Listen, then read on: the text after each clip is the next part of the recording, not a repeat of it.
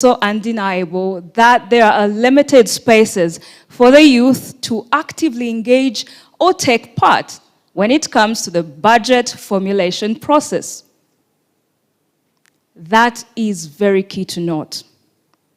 Well, today, because of the partnership between Twaweza and the Media Challenge Initiative, the youth have a platform today to share ideas, ideals, and recommendations in this post-budget conversation. Recently, Uganda passed $52 trillion budget. And of course, the theme was full monetization of the Ugandan economy through commercialized agriculture as well as industrialization. That is not all. They talked about digital transformation, access to markets, expanding and broadening of services. Now, for a population of 78%, it's critical that the youth are engaged in these conversations.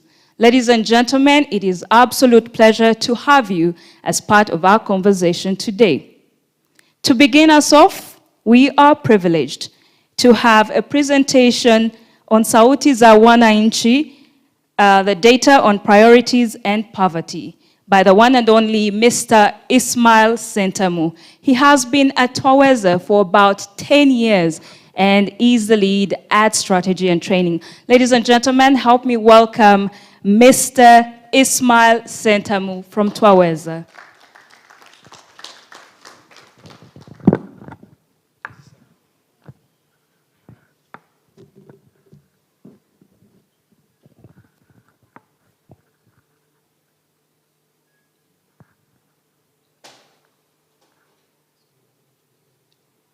A presentation on Sauti za Wananchi data on priorities and poverty by the one and only Mr. Ismail Sentamu from Twaweza.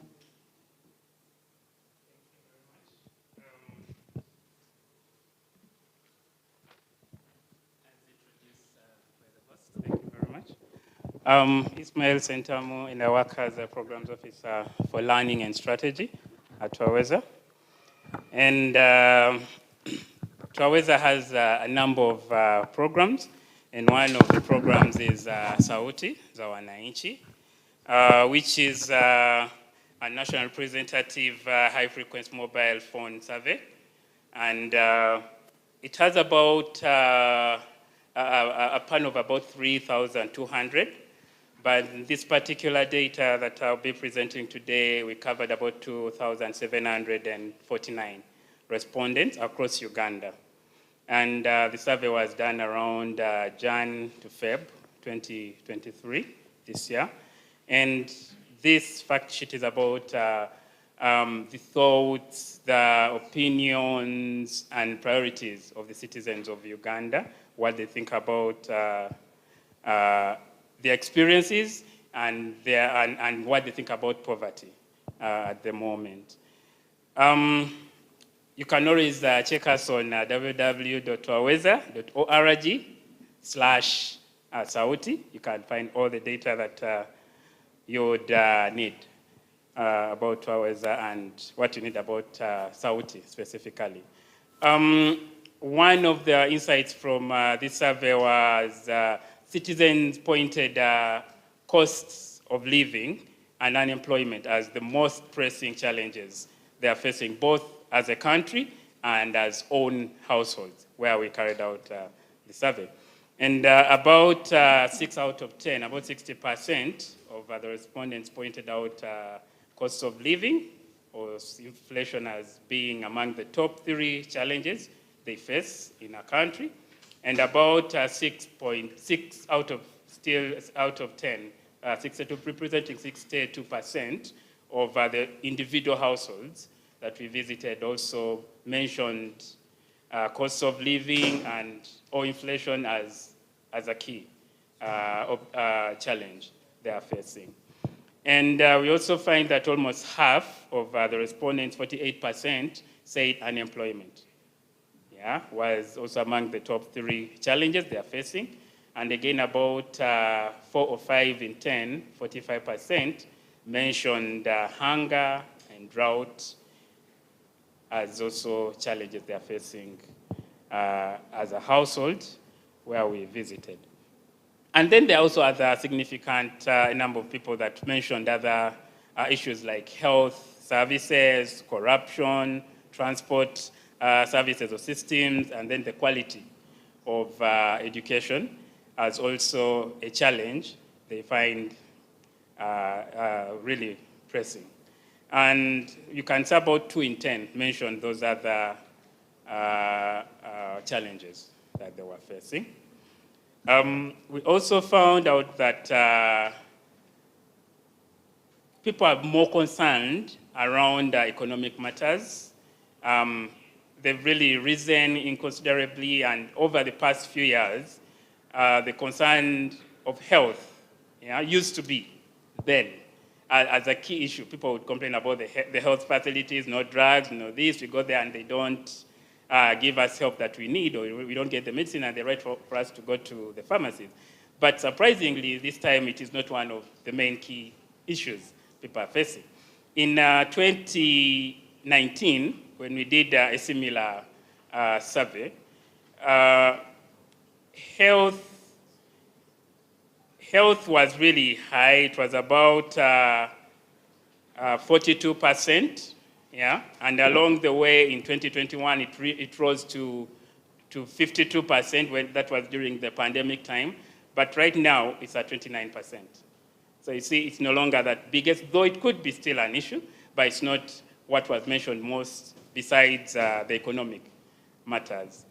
And we also saw that when it goes to corruption, across East Africa, Uganda ranks highest, in corruption, because it's about 15%, and then the others are 4% and 6%. That is Tanzania 6%, and then Kenya 6%, and then Tanzania 4%. So it's another issue which they felt was big, though it has slightly reduced. In 2019, it was at 35%, and then in 2021, it reduced to about 21. In 2020, it was 21%. 2020 it was 21%. 2021, it rose a little to 25%. 2023, it is still at 25%. So it's not there as so high as they think, but it's still something they find as a challenge that we are facing as the people in Uganda. And people gave their own reasons why they think also poverty in Uganda is a problem. And one of the issues they cited out is the lack of opportunities for employment as one of the reasons why we are poor. And that goes to about 3 people in 10 that mentioned that we are poor because we don't have those opportunities for employment. And then there are also others that said we don't have capital. We don't have money, monetary money that's why we're also poor, because we are not able to invest in anything, or we can't do some things we would want to do, and we find ourselves staying where we are. And then the lack of good education was also pointed out as one of the reasons why we are poor. About 3 people out of 10, 28% feel because of lack of education, or good education, is why we are poor. And then corruption also came in at 26%. People think it's because of the money is being swindled, or the money is not being put to the rightful use. Lets us not to have the services we'd have had, or improvements we'd have had, and then we stay where we are. So there's also people who said we are lazy. Now remember, when the president said we are lazy, there were people that complained, but also people said some people are not hardworking. That's why, and that represents about 25% of the respondents said we are lazy. We are not hardworking. It's why we are poor. That is something we need to look up to. And if I just look at nationally what people think, and then at household level, 54% say because we don't have those opportunities, it's why we are poor.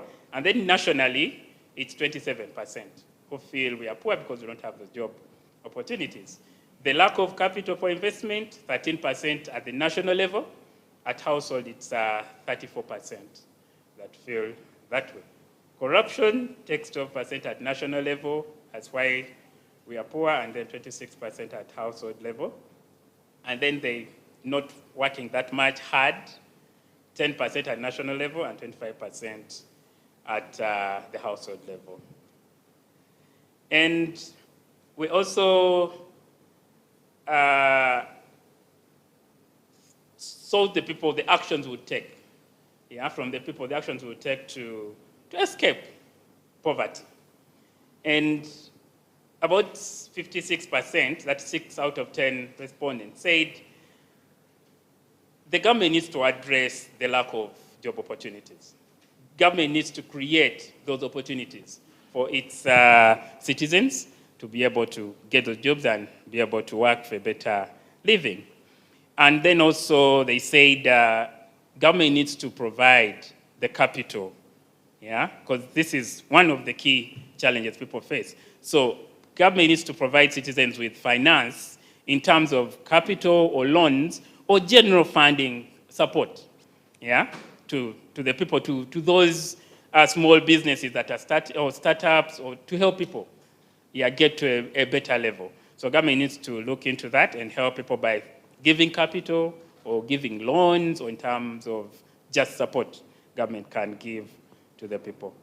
And then government needs to also improve on the education, yeah, sector. People to try and also persuade parents to take their kids to school, to take their children to school, to be able to get some knowledge, yeah, that they can always use elsewhere, and provide free education. We have that free education, but probably there's some little money people have to give in, and people think maybe no, should be totally free, yeah. But we always say free things are not always free, so yes, there is always an effect to that, but some people think we would have free schooling, yeah.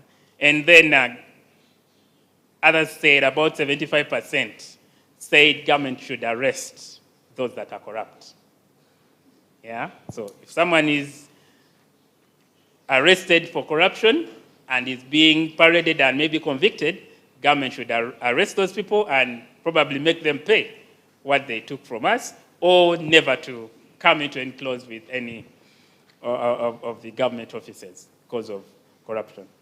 And then we need to work on our ethics as a country, and government should take the effort, yeah.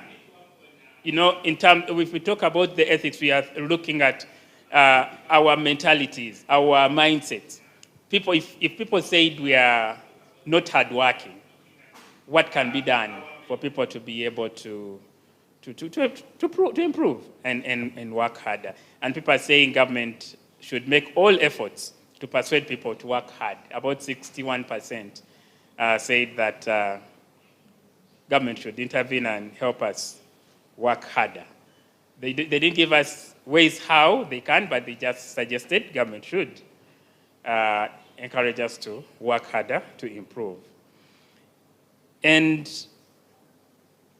we also looked at the main things people need in order to improve their status, to work hard. And 2 out of 3, about 68%, say most important thing that people need in order to get ahead in life or improve their status is to work hard. So if we need to improve our statuses or our status, yeah, we need to try and be resilient, work hard, be risk takers, yeah, to be able to get in a better place. And also, people about 1 in 10 mentioned we need to go to have an education to be able to improve on our status. However, that is only 13%. Yeah, so though it is important, but only a small number thinks that education is important or can change, yeah, our status. And also, in Uganda, there's a saying, Gamba Nogu. So someone said that we need those connections with people that know how the people in authority, yeah, to be able to improve our status, yeah, as citizens of Uganda. Yeah, thank you very much. Those are some of the insights from me. Thank you very much, Mr. Sentamu, for that report.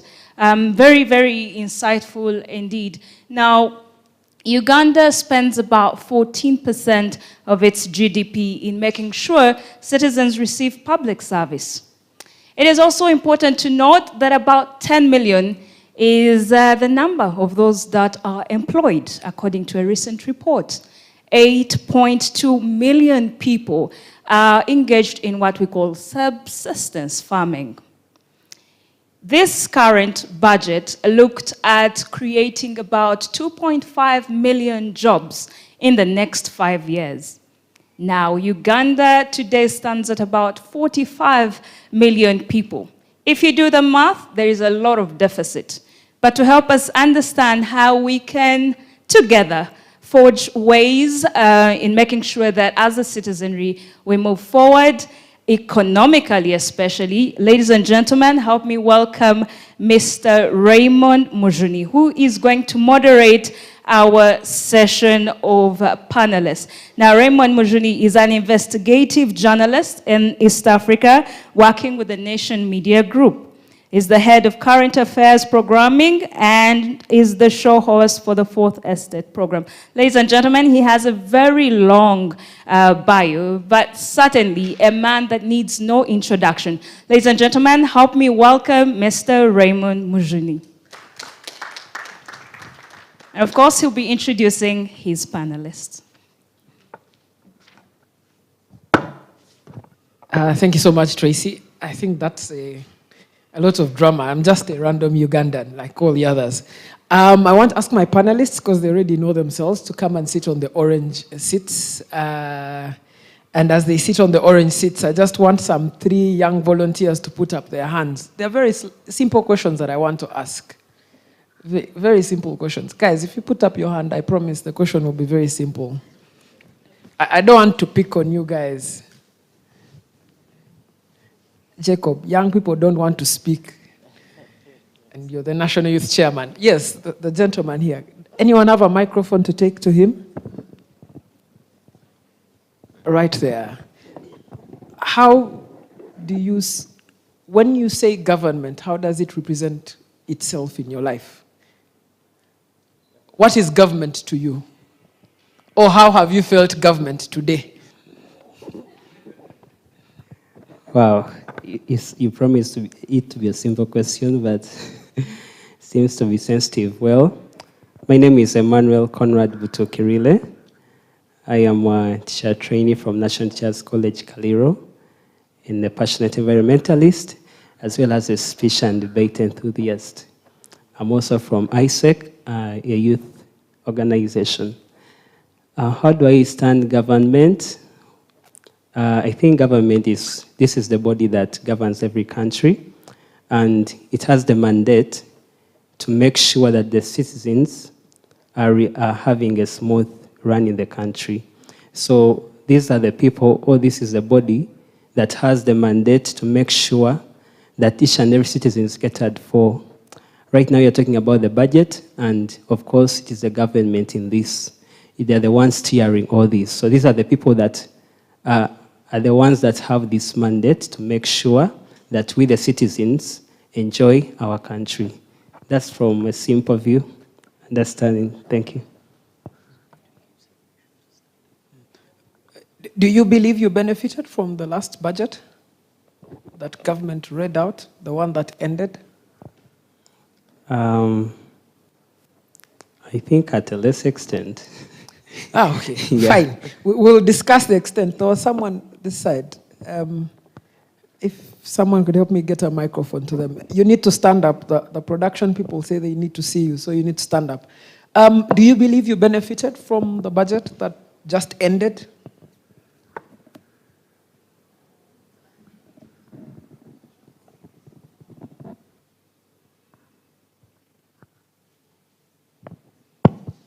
Okay. Yeah, I think somehow. How do you think you benefited from the last budget?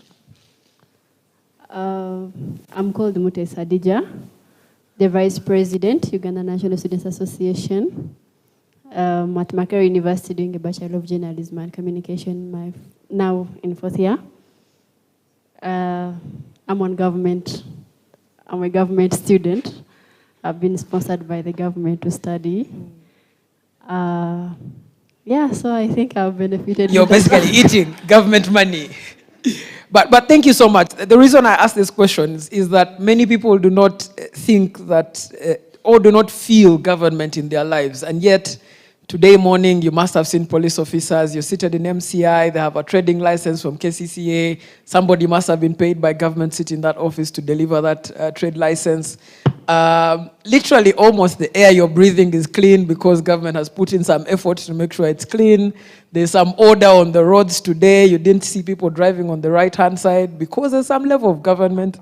And there's people like Jacob Beyeru here who basically make sure that government functions and works every day. So the reason I asked you these questions was so that as we have this conversation, you guys know that you are government and that government works for you. And in that regard, this conversation is really about how do we get it to work to the very best of our intentions. And first of all, thank you so much to the panelists who've agreed to speak. So I'm going to give each of you a minute to introduce yourselves to our audience, and then we can get into the conversation.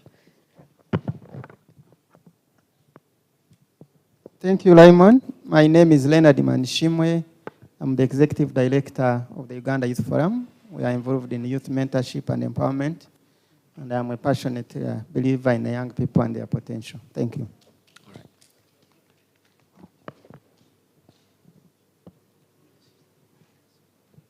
Yeah, good afternoon, everyone.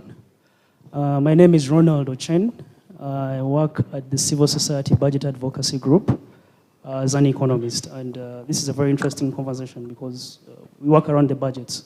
So I think you should expect me to say a lot about the financing, in those sectors that affect the youth, and I think every Ugandan as well. Thank you so much. Good afternoon. My name is Dicta Asimwe. I'm just a journalist. I've been around over a decade, so I've been around, and I report fairly a lot when you compare to others. I report the budget fairly a lot. Yeah. You shouldn't say you're just a journalist. Dicta is one of the best journalists we have in this country, and I know that for a fact. Yes, Jacob. I think Dicta started a good trend. My name is Jacob Beyeru. I'm just a chairman. I'm the chairman of the National Youth Council, and it's a pleasure to be here. Thank you. So thank you so much. My name is Chemunges Timothy. I work as the head of programs and policy development at the Center for Policy Analysis. I equally head Parliament Watch. It's a monitoring entity, but also I'm a lawyer and an advocate of the High Court. Thank you, and I'm glad to be here. All right. Yeah. Well, good afternoon. I hope I am correct. I am Janet Mokoya Nyaribi. I am Communications and Branding Associate at Youthline Forum, an organization that has the youth at the center of each of our actions and activities. And so I'm glad to be here. All right. Thank you so much. And to our entire guests today, please, at any point you want to ask a question, just shoot up your hand. This is a conversation. This is not a lecture. So at any time you have a question or you want to comment on something that someone has said, please put up your hand. We'll come to you and we'll have this conversation. But maybe I want to start with Ronald Ochen because one, you're an economist who works with CSBAG. Two, CSBAG is one of the NGOs that was heavily involved in the formulation of the budget policy document this year. And I want to ask you very simply, do you think this budget represents the anxieties of young people in Uganda? Well, yeah, thank you very much, Raymond. I think, sorry, before I get, to answer your question, maybe just to give a brief background on what the budget that we should expect. So you have a 52.7 trillion budget. And out of that, you have, I wanted to mention a very interesting part within the budget, is that out of that budget, you have about 25 trillion that is going to be available, that government is going to avail to the different MDAs. Those are ministries, departments, and agencies. So in other words, you're left with about 27 trillion. Sorry, in other words, the other 27 trillion, which is the biggest lot, actually, is going to take care of financing other issues, which are, for example, debt, the debt that you borrowed, both external and internally. So that should give us the context of what we should expect in the next financial year, in other words. So if you're going to, if anyone wants to have any sort of belief into the next budget of the next financial year, you should probably just look at only the 25 trillion that we have available for spending. So to get to your question, whether the budget actually appeals to the aspirations of the youths, I think the other question again we need to ask ourselves is out of that, out of what government has allocated, for example, to the Human Capital Development Program, which I think is where we have a lot of youth, because I want to imagine that a lot of youth are still in school, and those who are out are probably still looking for work and something of the sort.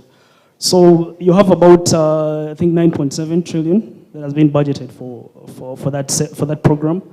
But again, out of that, we need to ask ourselves is how much of that is going into development financing, and how much of that is going into paying wages and salaries and interest payments for the different boats that are under that program, that are meant to implement projects that affect the youth themselves.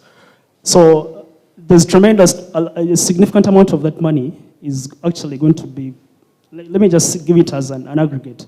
A significant amount of that budget is going to take care of paying the recurrent expenditures, that is paying wages and salaries. And very little is going to be left for implementing programs that are going to take care of that are going to meet the aspirations of the youth. But that notwithstanding, of course, government has also made some significant efforts, and I think we should give them some credit where it's due.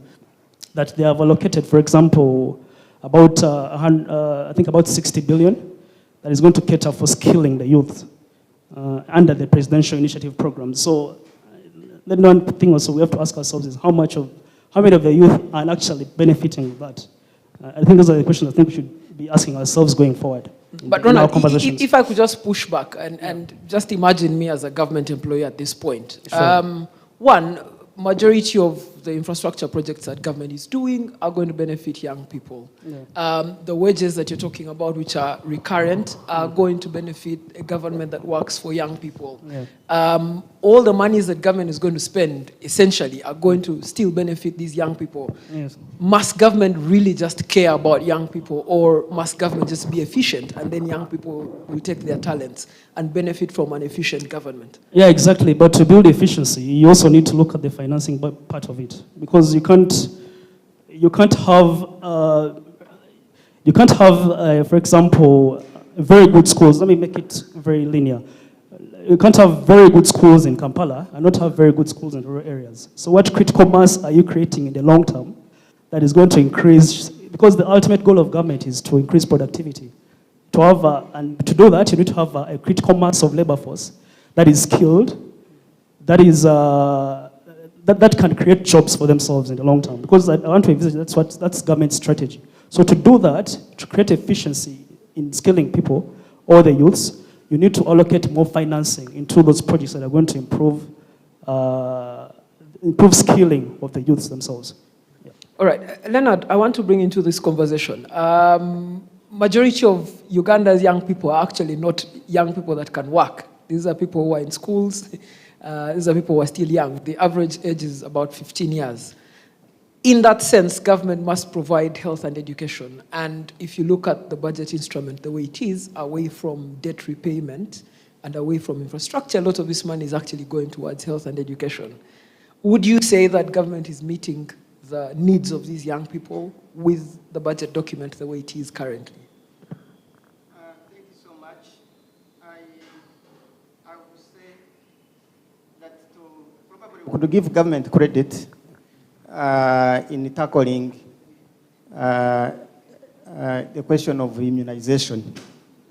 Because if you were to look for somebody who is disabled around us, it may be very difficult to find one. Because I think on the health sector, especially preventive health, they have done a great job. And in this budget, there is a provision for creating health center cities in every sub-county for those sub-counties that do not have, which I think is a good idea.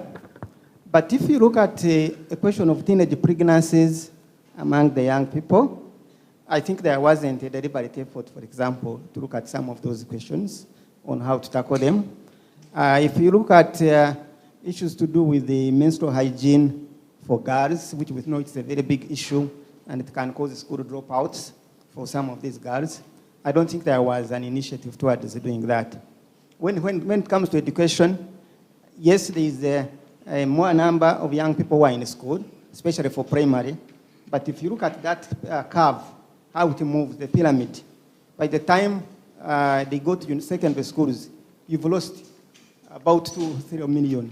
So I didn't feel that there was a lot of input into how to keep these people, our children, in schools. Because if you look at how many reach university, then you find that the majority are dropping off along the scale. So I feel that there's need more that can be done. How do we keep our children in school? I think also there's a question of, we are talking about quantity. Now we can say more young people in school. But in terms of quality, are we really skilling our young people to meet the 21st generation challenges? Dictor, if I could come to you, many people imagine that this government has some place where sacks of money are stored. It just refuses to deploy that money towards their ends. But in essence, this year, this financial year that's coming, URA has committed to collecting 29 trillion, over 52.7 trillion shillings budget. So its government is constrained. They don't actually have money to act. Is it fair for young people to lump all their demands on government to sort of fix their problems?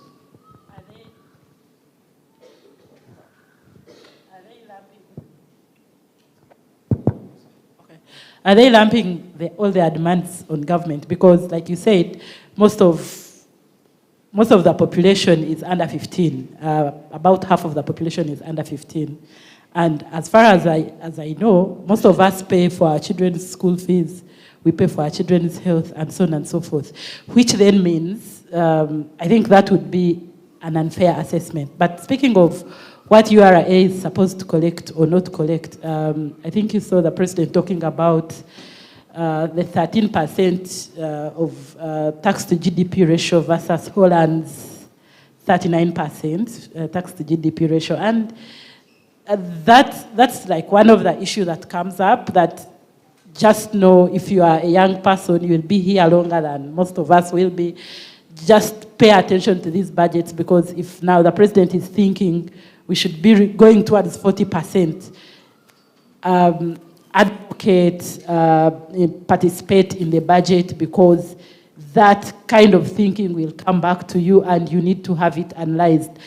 You need to have your voice heard, and part of it is that in Holland, people don't pay for education, people have proper roads, people don't pay for security, because in this city, for example, you can't park a car if you have one in your compound if you don't have a security person, and so on and so forth. So as young people, make sure it's not just the budget you're participating in, it's those other things that will make the government, that will hold the government accountable. But honestly, it's unfair. I mean, Holland has been a government for almost 200 years. Its neighbors are all secure. It's in a good economy in the EU. There's trade relations there. Is it fair to judge a small, poor African country of 63 years to the same merit as an old country? You see, Raymond, that's not my fault. It's the president who said. The president said he compared us to Holland. And so that's where I'm coming from. But also, there are basics we can do. I'm not saying be like Holland, but there are basics we can do.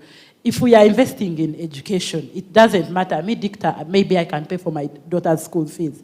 Make sure the other children who cannot afford their school fees are actually getting the education they need. If need be, classifier, say this category of people, you cannot go to UPE and so on and so forth, and then make sure the category that goes there actually gets the education they need. So for me, that it's as simple as that. Be efficient, and efficiency means you see a list of the problems you have and you find ways to solve them. All right, Jacob, I want to come to you. I think of all of us here, you're the one that has a vote inside that budget. You're the one who has to look at an IFMIS account and get your salary from it. And in a sense, you are in government, but not exactly a member of government. Do you feel comfortable with the way the budget document looks like? Does that represent the young interests of this country? Thank you, Raymond. You know, you've started from a very funny part. I was just at Ministry of Finance this morning telling them, why have you cut my budget by 80%? So to answer the question in brief, no, I'm not happy with them. But to be a bit detailed. So this is what I think. I think what government is trying to do is to say, let's grow a tax base. At the same time, let's collect as much taxes as possible. I think that it seems the priority is working well on collecting as much as possible by how much URA has taken initiative. But as long as the nature of the economy does not change in a big way, the tax to GDP ratio cannot change in a big way. I'll give you an example. We're just having a joke before we came here. The initial target last year was 25 trillion. We collected 4 trillion short. The previous 5 years, we've averaged collections of between 18 to 21 trillion in all the 5 years, despite the GDP growth rate. What that means is either one, we are not able to track taxation based on our GDP production structure, or two, people are just evading taxes enough. I don't think the second one is real. I think the first one is more applicable because you do not have a system that operates our quantity of informal sector that can collect taxes at the rate we are trying to, the president wants us to collect taxes at. So I think that's something to be dealt with. Now, then comes the question, how has the budget dealt with the question of formalization? In my opinion, we are at the point in our budget of just, first of all, accelerating production.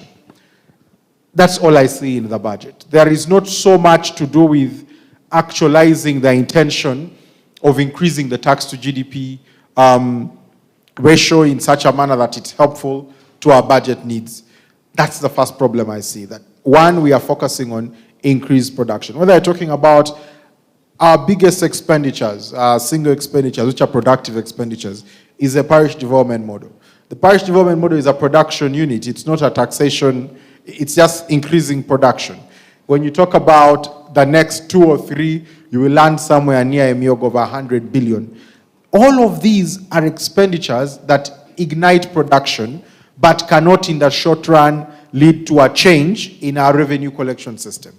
If government was aiming at finding a way to formalize informal transactions, either by making sure every seller of something small has a card system that government invests in, and for you to buy from them, you have a card, then you begin to formalize them, and you say, no, you'll at your same cost, but government is increasing how it can pick taxes. That's where I feel the gap is, because I feel like there's enough transaction base in Uganda for the amount of taxes we're collecting. It does not add up. I want to bring my friend Timothy into this conversation, because now this is a policy conversation on, do we collect enough taxes, do we not? A lot of the young people in this room will tell you, if URA comes for you, your business is either surviving or dead. But a lot of these young people here also are at jobs where they are giving away 30% of their income to taxes. And they are driving on potholed roads, they are going to private hospitals, the UPE schools are broken down. So maybe there are no incentives for us to give taxes. In that way, if you get a chance to evade the tax, you evade it. Do you think that as a policy measure, an efficient government would increase tax production? Or do you think that maybe we should have a police post at URA to arrest people for not paying their due share of taxes? So thank you, Raymond. In the last financial year, we had a clause of 2.3 trillion extended towards tax waivers. We had projected to raise to 25 trillion, but we were able to raise 21 trillion.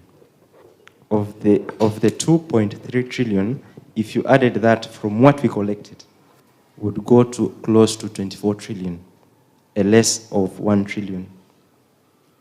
It tells you that as a country, it means that we are able to collect resources if well executed.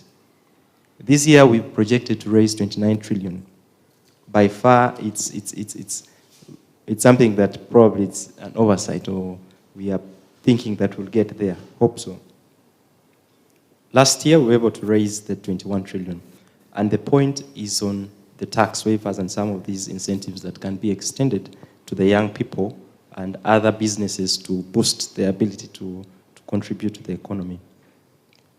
Of course, we must say that as a country, our priorities really, we've not yet set our priorities very clearly.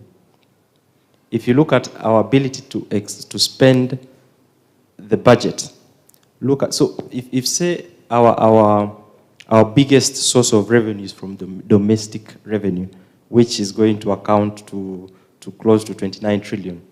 Hopefully we get there. We have close to 8.3 trillion coming from borrowing, both externally and internally.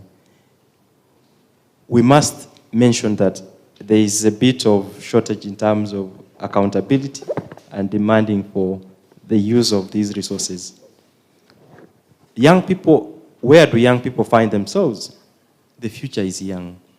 It means that the public debt that we've been able to accumulate over the couple of years, which is now close to 88 trillion, the people who are likely to pay that money are the people around here and probably the generation that is coming. And so it's to demand for more accountability for most of them. And even when you asked my colleague here the question of why should we lump the government on all this burden, is to appreciate who is this government, first of all, and why should we even be tasking them to do stuff maybe which probably think they shouldn't. It's because as citizens, we, in a democratic setting, discharge and delegate government to do stuff on our behalf. And so we demand that they be able to do stuff in an open manner, in a more objective and transparent, in the interest of the people. And so I think if you look at the current budget, and Ocheng has highlighted it on it, the discretionary budget, as he mentioned, is close to 25 trillion. Of the 25 trillion, you have the salaries, you have pension, you have gratuity, you have very limited resources extended towards development. And if you look at this budget very closely, you realize that we are headed in the wrong direction. So just to give an example, close to 5 trillion is going to the local government. We are in a devolved system where we recognize that most of our services should be devolved. So we are devolving close to 5.3 trillion. Of that money, we have close to 4.1 trillion going towards recurrent expenditures. So you have around 1 trillion going towards development. By far, as a country, it means that we will have to do double. And Eru mentioned the question of tax compliance and expanding the tax base. And so for me, I think even as you speak as young people, is to mention that there is need for us to demand for more accountability. We have to be at the center of these conversations, and that is it. But if I could just stay with you, and this is, I'm just really pushing the buttons for you guys. If you cut the wage budget, Jacob Eyeru here will lose his salary. And then he will reduce the amount of time he spends in office, in which case young people then can't go to the National Youth Council to find him there. The reason that you have these wages for government workers is so that they can actually show up at their jobs. And when they show up at their jobs, this machinery called government works.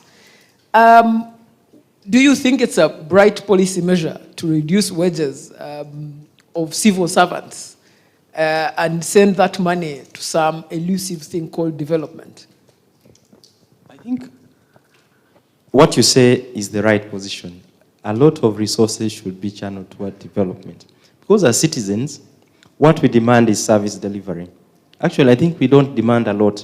We require better health system, provide us roads, provide us incentives that the private sector can thrive.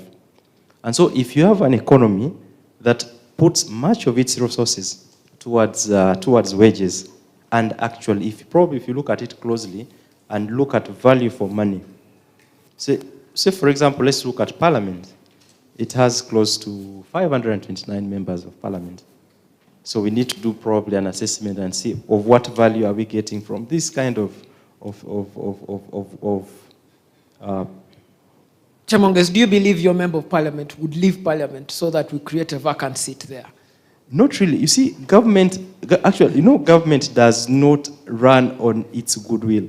It is us to push it to get to where we want it. Otherwise, if government as it is now, it's actually in its comfort zone. It is us. We must push. The 78% population of young people, if they are galvanized properly, clearly we'll be able to have a bigger share in this budget. And so for me, I think that where I would want to be is to see more resources going towards development. But also, that's not to say resources that we should ideally not have resources going to the wages. We have to ensure that the private sector, which actually should essentially be the biggest employer, provide a thriving environment so that they can be able to thrive. I know that if you look at the budget, it aims at partly ensuring that the household income is increased through the parish PDM that Yeru highlights, the Myoga and other services. Yeah, thank you. Janet, let's bring into this conversation. It's a complicated place to be a government in this country, in the sense that over the last, for example, 23 years, government has invested in universal primary education, and people call on the government. You see there's high dropout rates, but also with those high dropout rates, you have the most literate population ever in the history of the country. People complain about, for example, health delivery and health service delivery, but for the first time in the history of Uganda, you have the highest number of Ugandans going to government centers to get health and services. In fact, now government is not able to meet the demand coming into these health services. And yet you have this very small bus of resources to work with. You're a poor country in sub-Saharan Africa. Your neighbors don't respect you as much. You're able to just generate few resources. How does government function in this very complicated environment to deliver on these very high expectations of its citizens? I think, one, the government, of course, has a role to play in ensuring the citizens acquire these basic needs like health.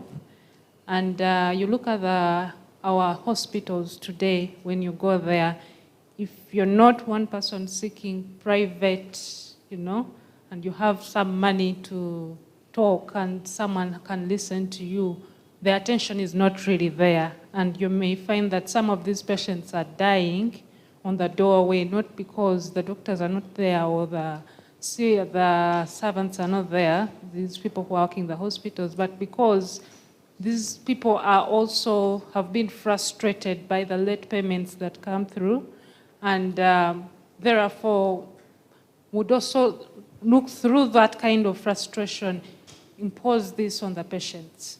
And therefore we also, at the end of the day, the down person is going to suffer. So that's why we are looking at the government should do something. If you're looking at the salaries, let them reach timely for these people, for the civil servants, for the people in the hospitals, so that we can receive better service, delivery to our people. So when you look at private hospitals as well, because of the taxation that have been imposed on and on the drugs, they also have a higher price on the services that they provide to the people. So you'll end up going back to the government hospital, but with the possibility of will I receive the services are there, but will I receive them at that rate even if I do not have the money? So that is the question that the people would put themselves. Yeah. Leonard, I want to come to you before I allow, please, if you have questions, you raise your hand. We're going to come to you.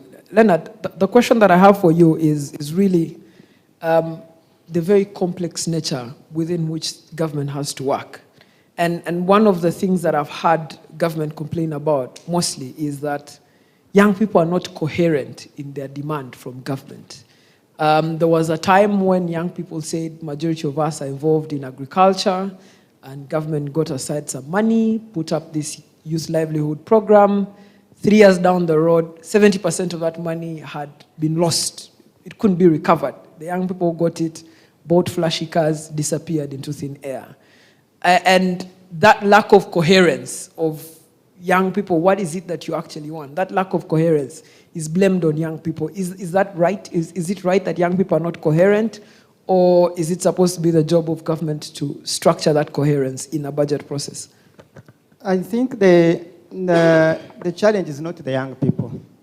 The chairman, Youth Nationalist, has just told you that they have cut his budget by 80%. How do you expect him to mobilize, to go to the districts, to go to Napak and mobilize, go to Chisora and mobilize young people into that? I think for me it is to do with one of the challenges we have is the way in which we budget. We use incremental budgeting system as opposed to zero budget system, whereby we can be able to say which programs are efficient and are they even working for us? Do we need them there? We still have situations where a certain college can close and this money will still go to the district when it closes because they are just saying, what did we give you last time? Let's give you more. That kind of budgeting cannot actually answer our questions. I thought that COVID had given us a very good opportunity for us to go to the drawing board and be able to start this budget afresh. But now you receive and the lessons we had learned during the COVID, we are unlearning them. We are now going back to workshops. If you go to our hotels now, we're going to workshops and samosas and all forms of mandazi, which we had thought we had cut costs because of using, for example, digital technologies. So in my view, government cannot achieve its aspirations if they plan the way they are planning. If we continue to budget the way we plan, we need to say, what is it that we can do to make a difference for our young people, for example. When talking about the youth livelihoods and in Uganda, all that, the problem actually is not, in my view, it's the delivery systems and the government structures and efficiency. Majority of it is the corruption that is involved in how groups are formed, on how much they give back when they give out this money. So in my view, we need to build an efficient system that can be able to deliver this money, but the money must be demand-driven other than supply-driven. Because when the supply is driven, you can tell people, if I tell these people that please form a group, I have money here, before I leave here, they will have formed a group. But if they are going to form a group because they actually need the money, then they will be visionary as opposed to, so even the issues of group dynamics, by the time you come back, we have seen where people form groups during elections, and then after the election time, these groups collapse. So in my view, government needs to be very deliberate. And I probably wanted to ask Chairman here, there has been a talk of rationalization of government agencies. I don't know whether the National Youth Council is going to be closed or whether or merged with other agencies. And by cutting that budget, it tells you the direction probably they are taking. So if we are talking about 75% of the population and you cannot fund the council, should we even be having this discussion? I assure you it's not going to close. Let's have this gentleman. Please, ask your question or comment. Okay, thank you. I'm Pascal Tuinamasco, team leader, Bioecosystem Conservation and Development Agency. It's a youth-based civil society organization in Western Uganda, Rubirizi district. Well, my point was all about some speaker was talking about the need to reduce on the wages for the civil servants as a way of how to achieve the efficiency in the budget allocations. Okay, to my point, or maybe to the research we have conducted on the grounds with most especially on the local government levels, because we have been engaged at least in the budget monitoring processes and maybe developing some tools, is that if we reduce the salaries or the wages for the civil servants, rather, it is going to increase on the rate of corruption. And therefore, service delivery will be what? Will be affected so much. So the civil servants need to be given good salaries and wages. And then we do take accountability from them. And then secondly, I will go and talk about something to do with the youth livelihood program. Well, you talked of the government had allocated or it had devoted attention towards funding that sector, but then we lacked coherency. I think, like the speaker also said, that program, the way it was developed, the mechanism it was being developed, it was based on the supply what? On the supply issues. It was the government now trying to do what? To call in people. And once, to my observation, once, especially on our local government level, where I was so much, we have our office at the local government headquarters, unfortunately. So we are able to keep track of each and every developmental initiative that is going on. So our observation is that most of the people, almost of the youth who actually applied to those, even in other neighboring districts, most of them who applied for those, most of those young people were not actually ground-based.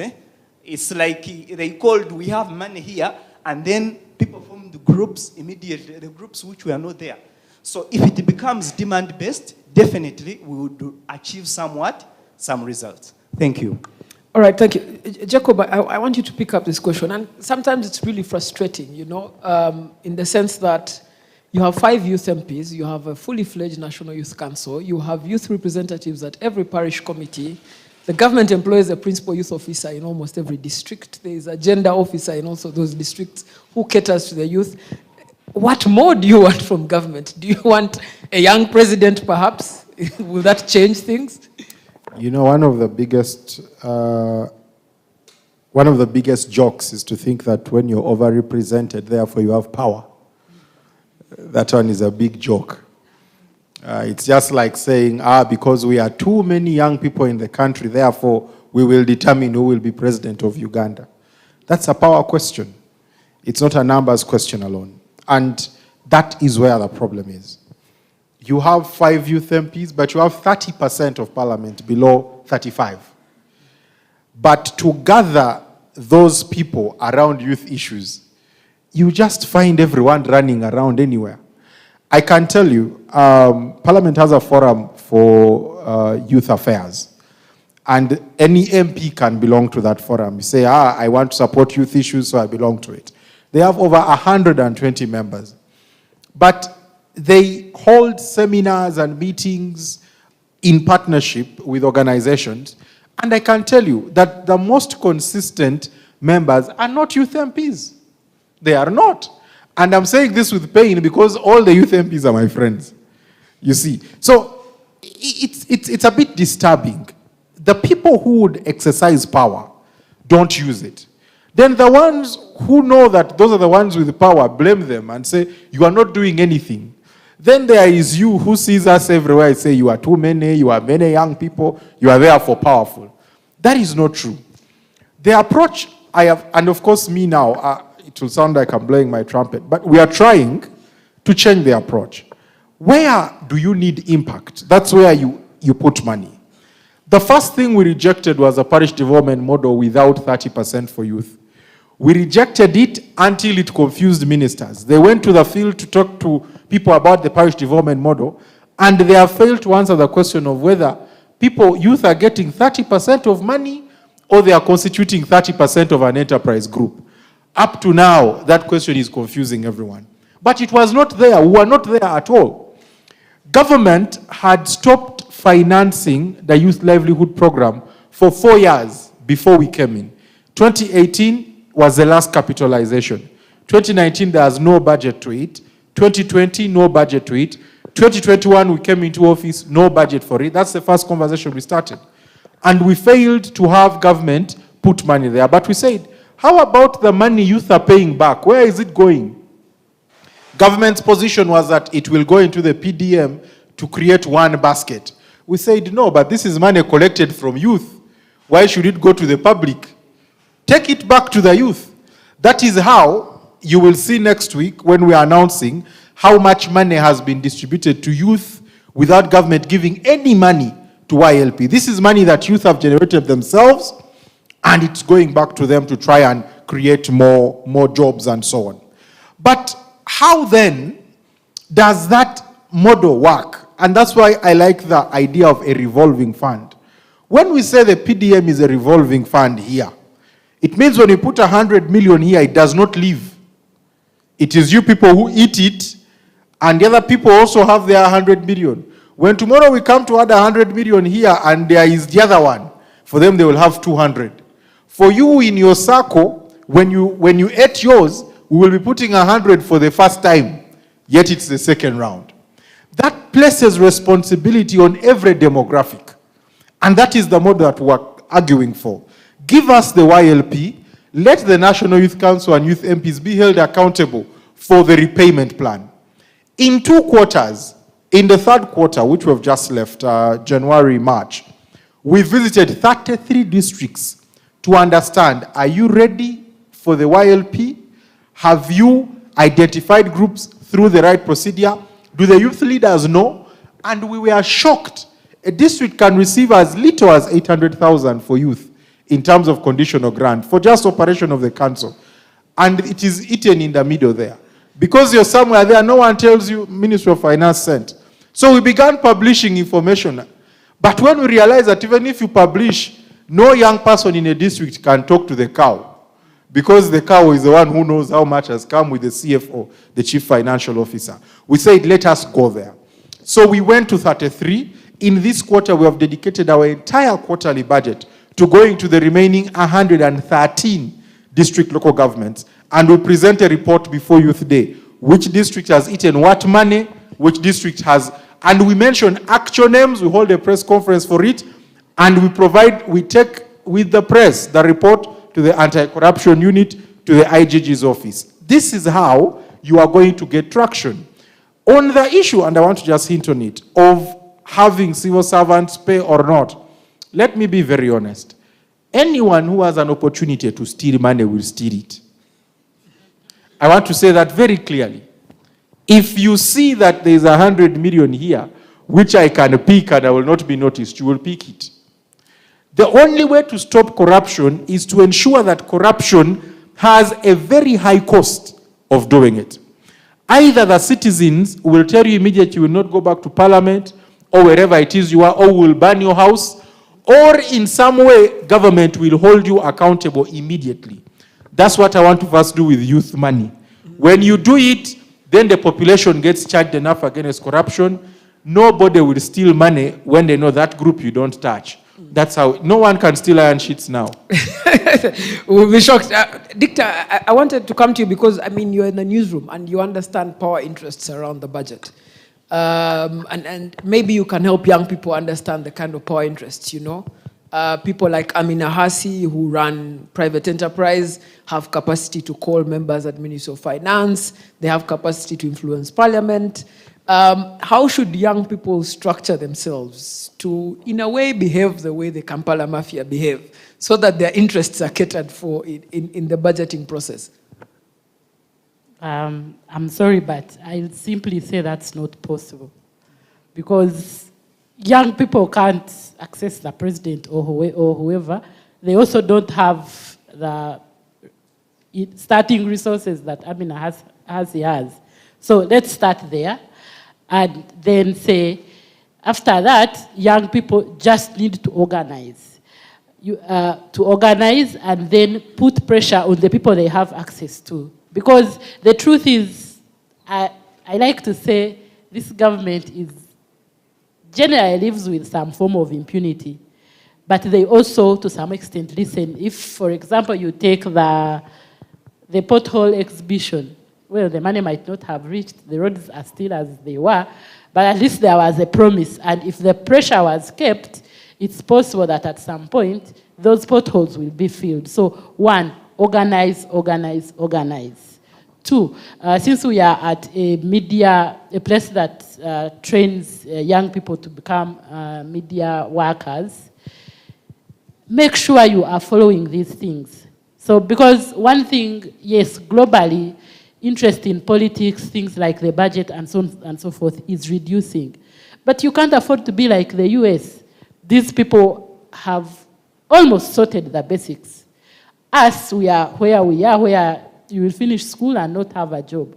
So take interest. If you are a journalist, if you're training to be a journalist, take interest, because the truth is we don't have enough journalists paying attention to things like budget.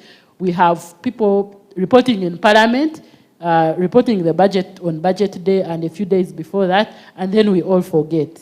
And so, one, if you are a young person, pay attention and make sure the budget is reported. Two, reach as many people as you possibly can, whether it's your friends, whether it's on YouTube, whether it's use any form of media that you can to reach. Because like I said, if you don't, remember that 88 trillion in debt, it's you who will pay it at some point in your life. So you're here the longest, so you have to invest in participating in this government.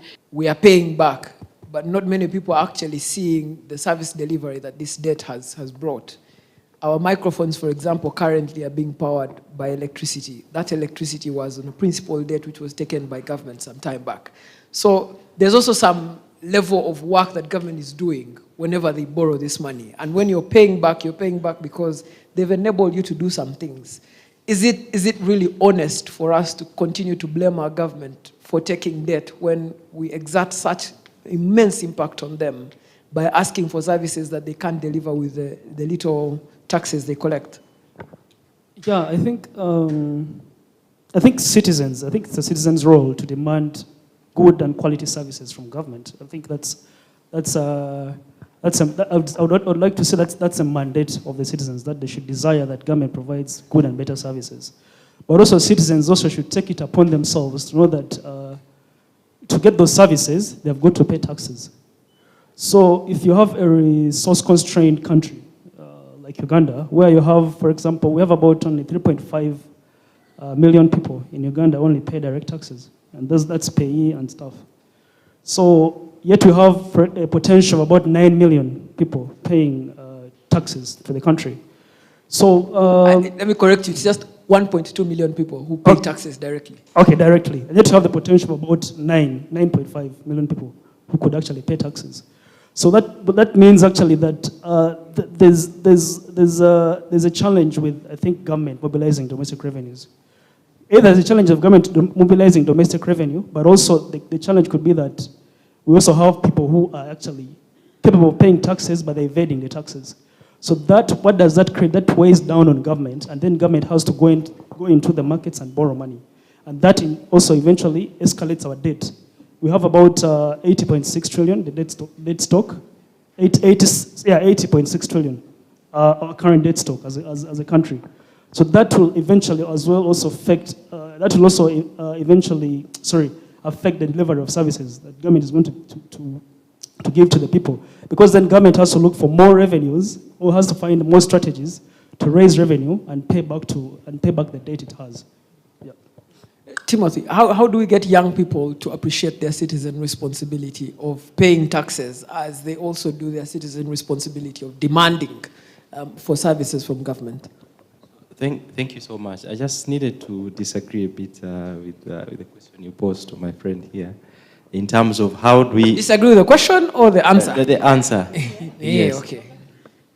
So in the recent Chankwanzi meeting that the members of parliament, just before the budget, some of the people who were invited, and these are external fellows who were invited in that meeting, was Amina herself and the famous Peneti.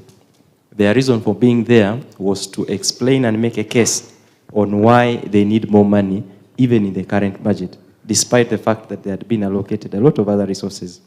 A year has not yet been called there. And many other people. We are praying. We are praying that one Intercession. day. So probably he needs to be a very, very risky person, that if he's left out, there is likely something to happen. But just to say that if their fellows, despite their capitalistic nature and their role within the political circles, can find themselves there. Probably the young people, equally through their representatives or whoever, depending. Here he can meet the president, and I've seen him meeting the president a number of times. And so that means that the interest of the young people can reach to the top. But more importantly, on the question that you've asked in terms of encouraging or having the young people be part of the tax payment, but also demand for more accountability. As we stand today, as you mentioned earlier, the average young person is really 15 years. And so their financial ability to pay tax, they can only pay the indirect tax. The direct tax is probably left for the rest of us and maybe the young people in the middle age. But also, I think one of the things that URA has been trying to push is to showcase what the money that we pay is used for. And even when you ask the question of the debt stock and what it has done, you look at much of the resources of the 88 trillion of the current debt, much of it went to infrastructure, of which we are likely, we will benefit in the long term. The rest of the other resources maybe could have gone to Jagali and some of the other developmental projects. But also we've had to borrow to pay the wages. We've had to borrow to pay the wages. And the point was not to reduce the salary, it was just to ensure that we reduce the resources that go towards the consumptives. We have to increase. And that even at a personal level, you can't be using all your salary, all your income towards, so a bit of it should go towards improving yourself, improving your people, and that kind of thing. And so, as we stand today, of course, we need more sensitization. We need to showcase on why it is important to pay this tax, but also showcase what this tax is doing.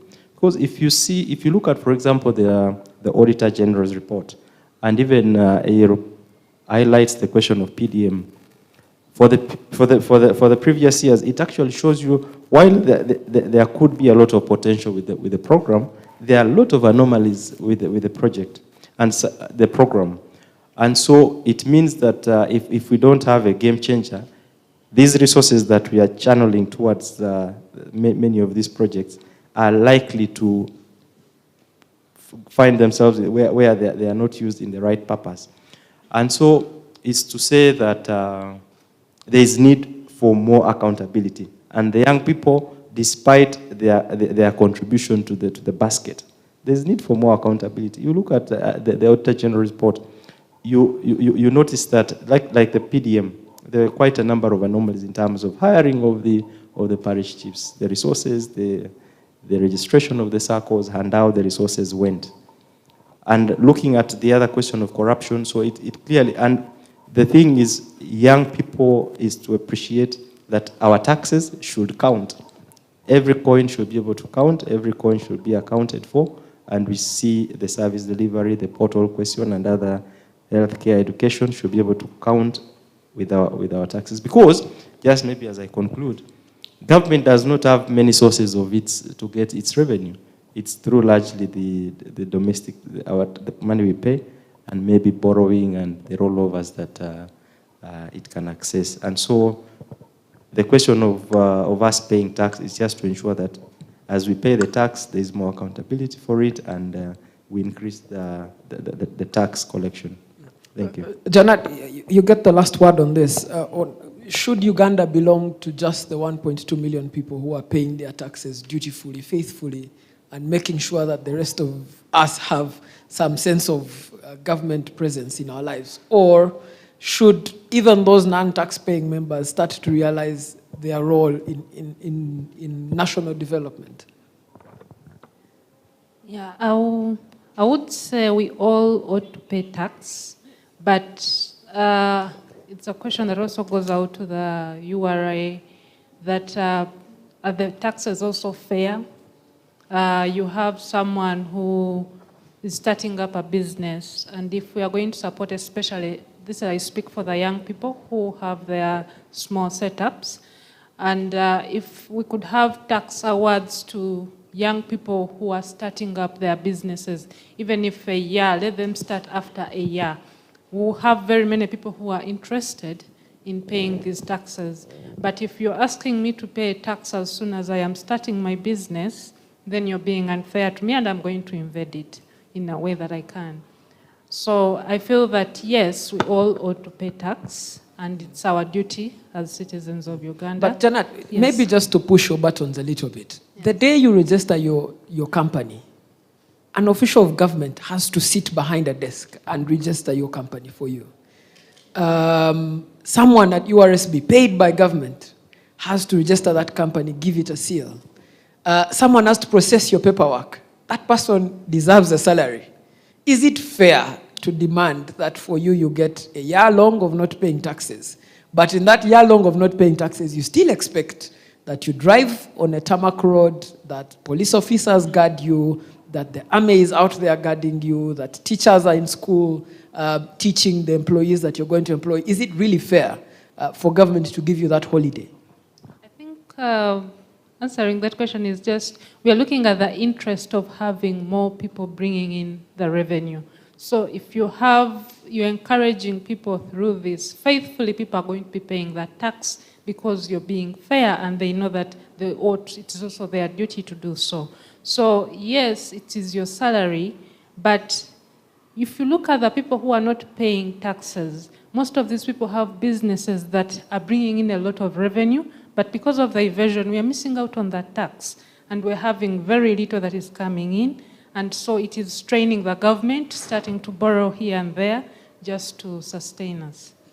All right, thank you so much. Ladies and gentlemen, oh, you have a question? Sure, please, ask it.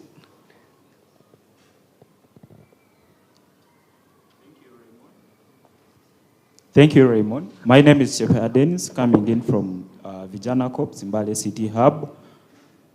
I have a concern. In fact, I want to agree with the Comrade Yeru, the Chair, National Youth Council.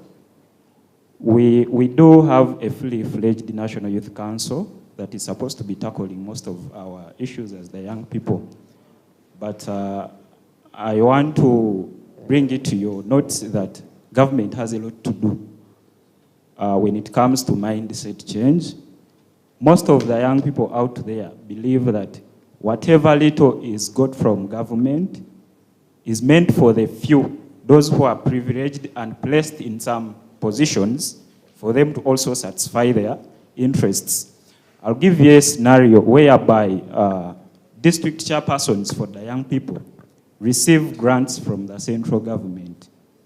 As soon as that money is gotten on the accounts, the chairperson and maybe his secretary, because they are signatories, they will rush very fast, connive with these officials at the district and withdraw this money. Yet this money is meant to monitor government programs for the young people in that particular district.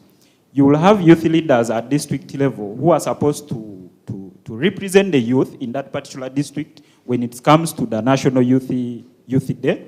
Comrade here is the chairperson of that council. But when these young people go for this council, most of them look at the per diem they are getting from there. Last year, the young people failed to have a council deliberate on issues that are affecting the young people in their districts because of the money they were being given per diem. When they went there, they were told they are going to receive 600,000 for their transport and welfare stripping because they were supposed to stay around for 1 to 2 days. They said no. If you're not giving us 1.5, we shall not have the what? The council. They pleaded to them. They told them, okay, please, we are raising your per diem to 800,000. They said no. If you're not giving us 1.5, then we shall not have council. My question was, because at the end of the day, they didn't sit for the council. So that year was a mess. You're my chairperson in my district. I expect you, when you travel to go for this council, go sit, deliberate, share issues with the chairperson, and then he's supposed to share these issues with the relevant authorities. But when you're getting into these councils, you're looking at how much are we getting on our return back home. In fact, most of them tell you that, for me, once I sign my per diem, they don't have the time even to sit for the council. Period. So the government has a lot to do when it comes to mindset change. I'll give you also a scenario on PDM. PDM money, I want to say it's a scam. Why? This is money that has been released by government intended to help the poor. But in reality, it's not doing what it is intended for. Because getting this money alone is also hell.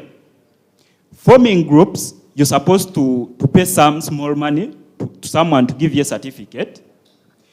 When you go to the parish chief and the chairperson LOC2 at the parish level, they will also request for kitu kidogo. So these poor people have been constrained. When you come to the bank, we have districts like Bulambuli. I'll give a scenario of my district now, Mbale. We have districts like Bulambuli, which don't have banks in those districts. So these people are supposed to form groups, then travel all the way from Bulambuli, Bududa, to come to Mbale to withdraw this money. They put in transport. When they get to Mbale, they are made to stay in Mbale for a week when they are not receiving this money. And it is a revolving fund. This is money that you're going to pay back. And how much money is it? It's 1 million. Someone has used transport from Namisindwa to travel to Mbale City. You're meant to suffer for a week before you receive this money. Most of them were sleeping on streets, struggling to look for what to do for that one full week. Tell me, how will I pay that money after going all through that pain? So most of them, once they receive this money, they assure you, this is my takeaway. Let me go and wash away that pain I've gone through. So PDM is a scam, honestly speaking. It's a scam. Thank you. Adija, right behind you, has a question or comment. Thank you so much. I've tried to analyze this budget, the whole thing, but you can see that whatever you're talking here, politics has overshadowed the public interests. And I think government should try this other approach of bottom-up approach. But currently we are using a bottom approach.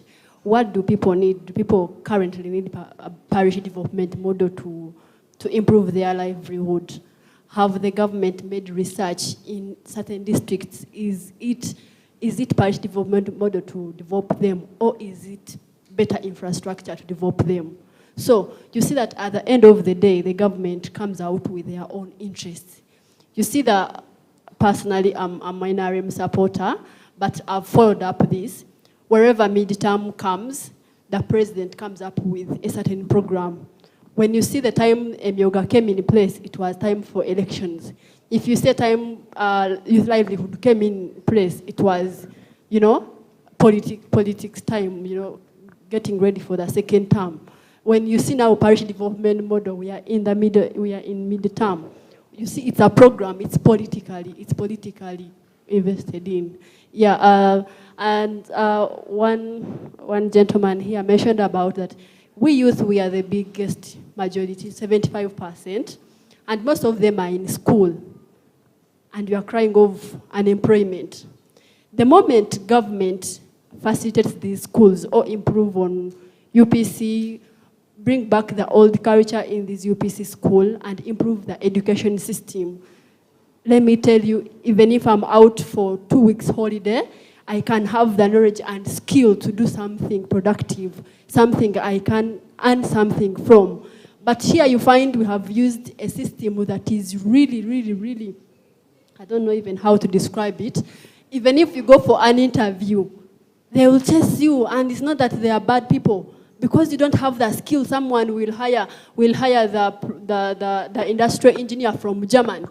Can you imagine hiring someone from Germany? You pay for their ticket, you pay for their accommodation.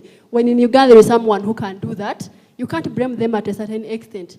But the moment we improve the education system, however much you are in primary 7, when you get a two holiday at home, you're able to do something innovative.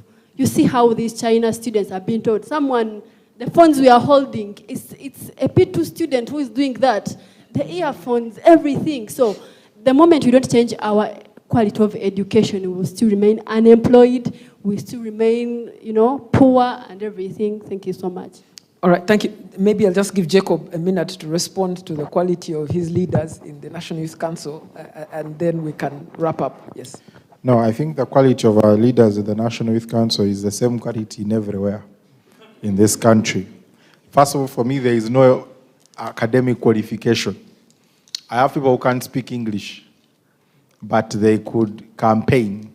Just to give you a perspective, I know some of you remember a video of a young man who removed his clothes to display his body at the time of the burial of the General Tumwine, the late. That young man is a chairperson of a district, and he has to sit in my council to deliberate on youth issues. That is the reality.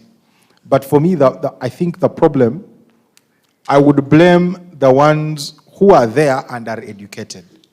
Because when we sit, like he has just mentioned, and he's talking about a scenario that defeats logic. This is when we came into office, the first time we held council, we raised the amount to the highest ever, 710. The next time they came was this year now, last year, when they were supposed to receive the 710, they refused. They said, we want 1.5. We negotiated. Council, which was supposed to start at 10 a.m., quorum was achieved at 2 p.m. I sat in a seat from 2 p.m. up to 2 a.m., negotiating simply money. Please accept, let's discuss issues. No, the minister came, they clapped for her to enter. When she refused to give them 1.5, they chased her away. It's just a lot of comedy. But for me, that's okay if, apart from that day, the Jacob Beyeru, who is national chairperson and his committee, for the rest of the 364 days, is doing something. That one is where, for me, the problem is. And that's why I think that the one who has a bigger platform should do better. I have the platform, like he said, I can meet the president, or I can force a meeting with the president. If push comes to shove on a youth matter, how far is the national leader willing to go? That's why I am not happy with the youth MPs. How can they cut our budget without them at least showing that arrest us in parliament? Do you understand what I'm saying? How can they say there's a discussion on how much youth will get on PDM, and it goes out unanswered, but you're getting a salary? At least put up a situation where they have to carry you out of parliament. The youth population will remember you, because anyway, they will not fire you from parliament. That is, for me, where the problem is. All right, thank you so much. Ladies and gentlemen, please clap for my panelists. They've done a tremendous job. And thank you so much to everyone that's been a part of this. I will hand you back to Tracy and inculcate the culture of handing over power so that we're not held liable. Thank you. A huge round of applause for Mr. Raymond Mujuni and our panelists. Thank you so much. You have been amazing, very insightful, and it cuts across different sectors and representation. We are having the post-budget conversations with the youth at every step of this conversation. And we hope you keep the engagement going on our social media handles. Special appreciation to Twaweza in partnership with the Media Challenge Initiative for convening this great conversation. Now, it is also important to note that innovations are also another way we could progress the youth moving forward. Now, there's so many innovations lately, and when you look at the current budget, strategies around promoting innovations, especially around oil and the gas sector, are prominent up there. It's also important to note that as we are here, we are representing the youth across the country. Now, while we are here, we should also remember that 19 skilling centers, skilling is very high on the agenda of the NRM. Skilling the youth, as we speak right now, stands at 19 centers of skilling the youth. 9 of these are in the urban city of Kampala, where the 10, I have no idea, but we should find out. Also important to note is that 60 billion shillings has been set aside to skill the youth in this current financial year, 2023 to 2024. Next on the agenda is when we discuss recommendations. Perhaps these will make it in the supplementary budget. Or no, maybe perhaps in the next budget. I have no idea. But ladies and gentlemen, kindly help me welcome a fact checker, communications officer at the Bank Media Initiative, as well as a prominent moderator who has most recently moderated a discussion on investing in ICT as an engine for enjoyment of digital rights and increased development. Ladies and gentlemen, help me welcome Ms. Bella Twine to moderate our recommendation session. Hello, hi everyone. I don't think I'm going to sit down. I'd prefer standing since this is a parliamentary discussion at the moment.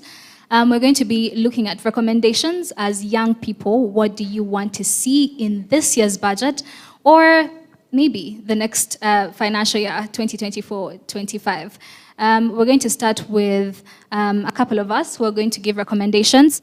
But most importantly, I think I'll start with these individuals on this side who had some very strong arguments.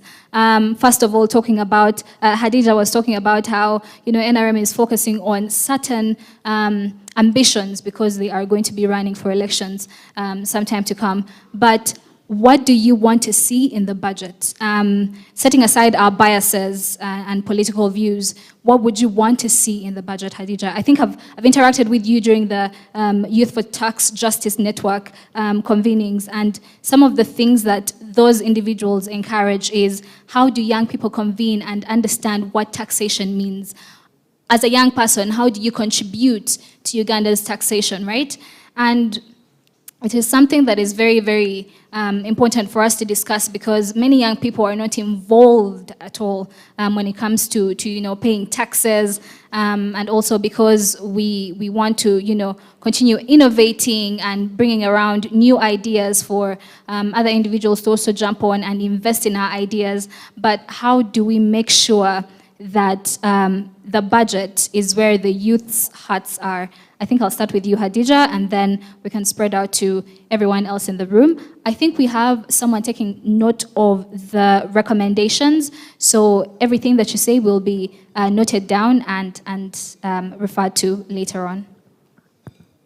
Thank you so much. What I would wish to see in the upcoming budget, financial budget 2024, I think education should be prioritized more, and that should be based on the quality of education. What quality of education are we having in institutions, and students who can't afford education, how have they been catered for? And another thing, in all government programs that will be in that next budget, let them consult, let them maximize consultation at the grassroots. Let them know what exactly a certain district is in need of for it to develop. We are different districts having different problems. So too much concentration, consultation and mindset change is my expectation for the next financial year. Thank you. Thank you so much. I think I'll go to, okay, yeah. Good afternoon. My name is Regan Tukamwesiga. I'm also a normal youth, just a youth. Yes. It's a mindset. My recommendation is one, tax exemptions. There are so many companies which are given tax exemptions and don't deliver. Yet there is maybe a Tracy who is starting up a dairy of milk somewhere and she has to pay a lot of taxes. So tax exemptions should be one of the things that we should look at too. So we should look into in the next budget. Two, how we tax the informal sector. Informal sector, for example, like the mechanics, for example. So many garages, if you drive through Kampala, do they pay tax? They pay indirect tax. If there was a way to have them there pay the fair share of tax, maybe income tax or maybe payee, or maybe all these things, then we can add on to our thing. Because what we're doing now is a post-mortem, because the budget has already been passed. So we're looking at budget of the next financial year. And these are the things that we have to tackle for me. And 3, it would be a recommendation to our chairman who has just gone away. How do we have this conversation before the budget is passed? So that the young people can take part and also have a way of fighting for a fair chunk of the money or of the budget, support their roles. Because if we keep having these conversations after the budget, it may not actually help. Thank you. Thank you so much. Yes.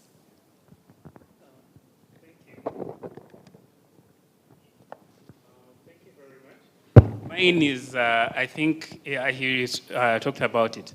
We need to set our priorities right. You know, we spend money on things, yes, they are important. Let me say, okay, our security is very, very important. But I think the budget is too big. Yes, it's something that is continuous. We've had the same forces, we've had the same things they are doing. Yes, we know. But why is it every financial year their budget has to increase, or yes, though this time they somehow reduced it. But it's still, I think, not the top priority. In the numbers I read today, yes, security is important, but it's not the biggest issue. So can we identify those sectors that are more beneficial to us Ugandans, that can lead us to that better life that we are looking for or we yearn for, and put money there? And then the people that are in charge of monitoring how the money is being used can also do their job to see whether we are achieving or not, rather than just spending money on things. Recently, I was consulted by one of the media house, the time when the minister was killed, yeah? When the minister was killed by the guard. The president was somewhere, and then he said that our priority should not be money. Yeah, and even urged those the generals or whoever is in charge of deploying them to just deploy them, and they survive on the money they are paid as an officer in UPDF without any additional financing. Yeah, and that is the time when also MP Ibrahim Ssemujju talked about the expenditure we're going to be expending this financial year to the president. So putting together those things, my thing was, if the president says we should survive on the little monies we have, can we also leave his budget as is on the salary he gets as a president to be able to look after his home without giving him these other monies that he needs? Can we try that and see if that is best for the country, and then that money can do something else that will benefit us all? Thank you. Thank you so much. I think I'll go to this gentleman over here. He had very strong arguments, and he said the PDM model is a scam. I'd like to hear from him. If it's non-PDM and NRM trying to fulfill KPIs, what do you think it should do? What do you think the budget should look like for the next year? Personally, I think the government needs to allocate more resources in skilling the young people. Like, for instance, we have the skilling hubs in different regions. We have one in Gisu, but even the enrollment there, you can't compare it to the actual population of the young people in the region, because every district is given a slot of not more than 30 youth from one district, and the youth are very many. So I think we need to allocate, the government needs to allocate more resources into such initiatives, because these skilling centers, these are centers where by the time you're passed out, you're in position to start up something, because these are hands-on. Rather than spending a lot of monies to let's say, the grants they are already sending to districts, because I haven't seen their impacts. These grants are eaten by these chairpersons, honestly speaking. In Mbale, we have received these grants for over 3 quarters, but the district chairperson has not held any meeting with the young people.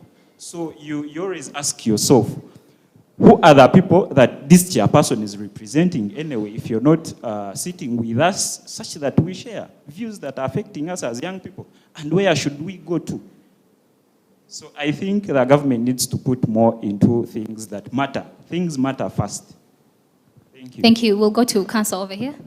So thank you so much. For me, I have 4 recommendations. So the first is that I would want to see the recognition of informal businesses to benefit on government tenders. Government, as we stand today, the people who can only be recognized are the people the engineers and the other groups. If we have welders who can do something, they should be included in the bracket of people who can provide service to the government. And a huge chunk of those are young people who can benefit from those. The second is on the question of civic awareness, which fits in on the submission of having more conversations to Aweza, Media, Challenge Initiative, SEPA, and the other colleagues to do more civic awareness in terms of tax payment, in terms of holding the leaderships accountable, but also ensuring that as a citizen, you're able to execute your mandate as required. The other would be to ensure that young people are part of the budget process. So as Ochieng will tell you, the budget is a process. It's a process, and actually for the next financial year, it should be starting a couple of months in September. So that is where probably as young people, and probably the people we are convening such meetings, should start these conversations to see where our interest lies. The end goal is to ensure that we increase our tax base so that we have more resources to use as a country. The 29 trillion, we want to see close to 80% being financed locally, as opposed to the question of borrowing. And of course, the last recommendation for me was to see Parliament closer to the people. And that means also young people seeing how they can find their space within Parliament. We have the Eyerus here, we have the youth MPs. Of course, the dilemma that Eyeru presents is that many of the youth MPs also find themselves in a dilemma. They are aware that they will not come back as youth MPs. So what they are doing is that they are simply also hovering around, seeing what is the next step for me. So as opposed to them focusing on now providing service, they are looking what's the next constituency that I can easily stand. So they are not available. The people who are available are the seasoned MPs for the constituency and some of the other areas. So for them, they may be available. So the young people may be. So we have to find ourselves and see how can a young person's voice, through the organized entities like Twaweza, SEPA, Media, Challenge Initiative, find the voice of the young people in the budget process, both at the local government and the national government. Thank you. Thank you so much. I'll first go to Dicta, and then probably you want to compliment? Yeah, the two finger. I think as Twaweza, we've already realized that. And we have a program we call Participatory Action Research that we are piloting in 5 districts, Chenjojo, Rubanda, Kole, Namtumba, and Kamuli. And in this, we are trying to see how can we change the mindset of the citizens to forget this thing of government has to do for us. As a citizen, you also have a role to play in development of your area or your community. So we train these people. There are people that were identified in the different villages in these districts, and we call them change agents. So these people are trained by Twaweza, and then they go and conduct regular meetings in their communities to identify their issues in the community, prioritize them, rank them, do action plans, then start writing request letters to the different offices or authorities. So, and this has really had gains so far. We've had different communities able to work on their roads. If they have a challenge of maybe culverts, they will write to a given office or a given organization that can help provide for them, and they do the leveling and everything in for their road. Or they've been able to request well-wishers to get a water source, maybe a borehole, and they've also been able to protect those that they've already had, and to also be able to constitute committees that help in in looking after or repairs in case a borehole broke down. They themselves work within them as a community to raise that money, get an expert, fix it, rather than leaving it there to rot and wait for until when the district will come and help them. So this is what we are piloting right now, and so far we've had good results. Thanks. Thank you so much. Locality development model, very amazing. Yes, Dictor.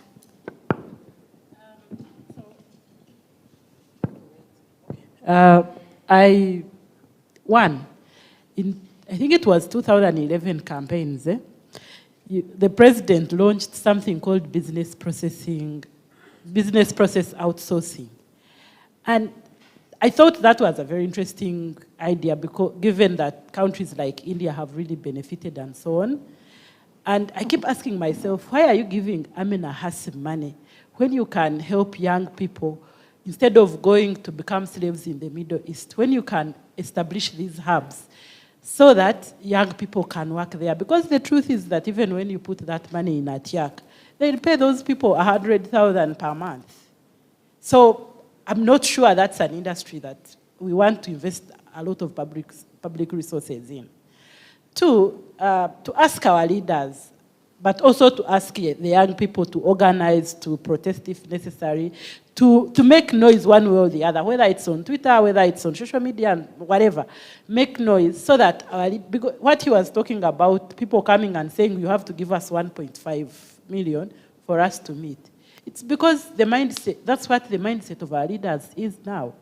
Everyone is driving in a very huge car. They get money instead of putting it in development. They have drivers, they have fuel, they have whatever. When they say you cut costs, they go and cut a few newspapers, yet newspapers is information, and then do nothing else.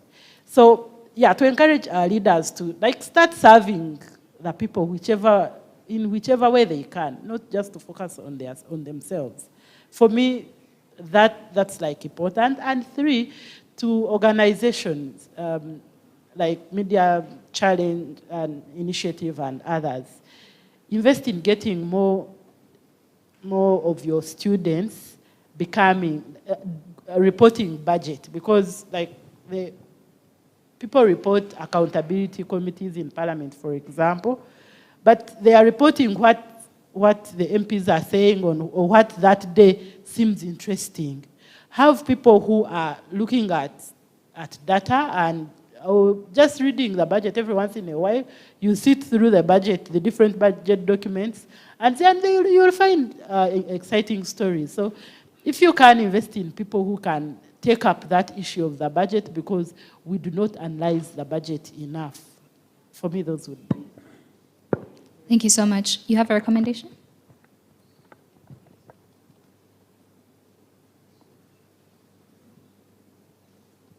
Thank you so much. My name once again is Emmanuel Conrad Butokirile.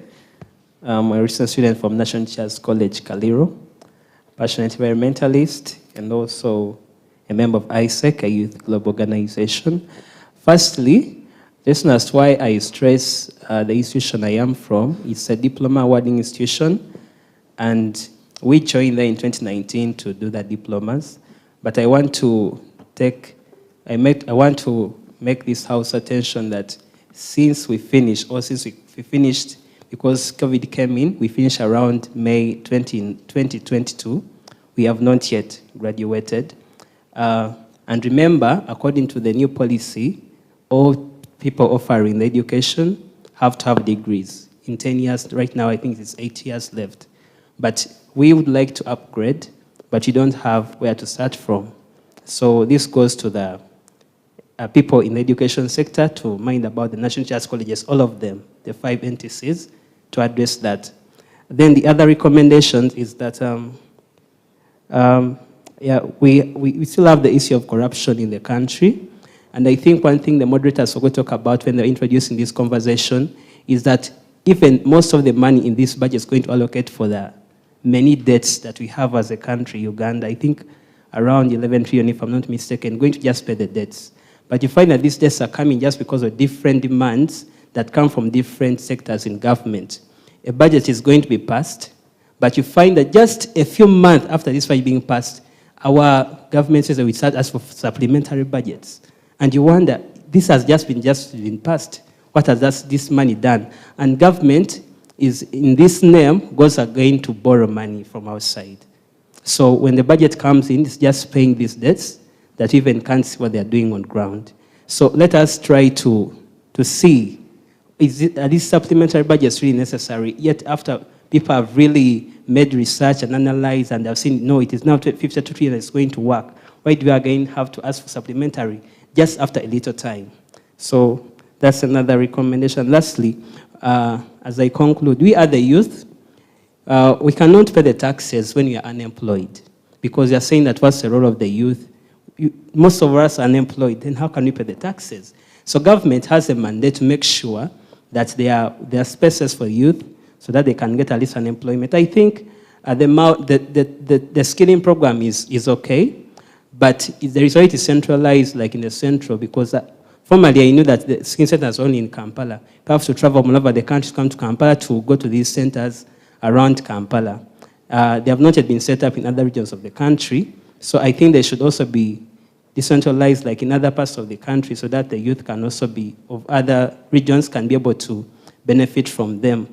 And I think the other thing, when you are getting out of the institutions of learning, most of these people, we end up on the streets, unemployed. But I think this skilling program should even go straight in the institutions of learning. Like when you're getting out, you have already a skill in mind that you can do out of. At least maybe this amount of money you pay the tuition, at least there should be some money that should be specified. When someone's getting out of campus, is given something like a startup capital to start up something, you know? Instead of just going sitting at home, at least there is something you go maybe to the accountant, to the bursar, give you something that's going to help you to start life, like when you're getting out of campus, instead of just going to sit at home. That can work. And lastly, the other thing that we the youth can do is the whistleblowing. But you find that even it is becoming expensive. Just being online is very expensive. We still have the OTT tax. Yeah, we have seen the role of the whistleblowers. We have seen people being exposed at Entebbe International Airport because of corruption. We have seen the Kampala Port Poleb exhibition. This is because of the social media. But it's expensive. At least we can do this. We can solve local lives, you know. But it is expensive for us. So I think government should look into that, because when governments do it, they say you are restricted from using that Facebook. What it is there, but even government, how are they using it? They also post on their Facebook pages. How are they using it? They're also using it illegally. So this means that Facebook is essential, even government uses it, but they are still putting that OTT. So it also be scrapped off so that we can fight corruption through whistleblowing. I beg to submit. Thank you. Thank you so much. We have 3 more, and then we'll close the recommendation session.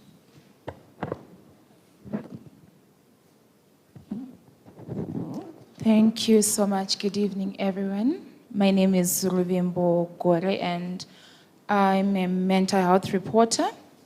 Before I say anything, I would like to say thank you so much to the government. I've seen an increment in the budget that goes towards the Ministry of Health, which means a bigger amount of money will be going towards mental health.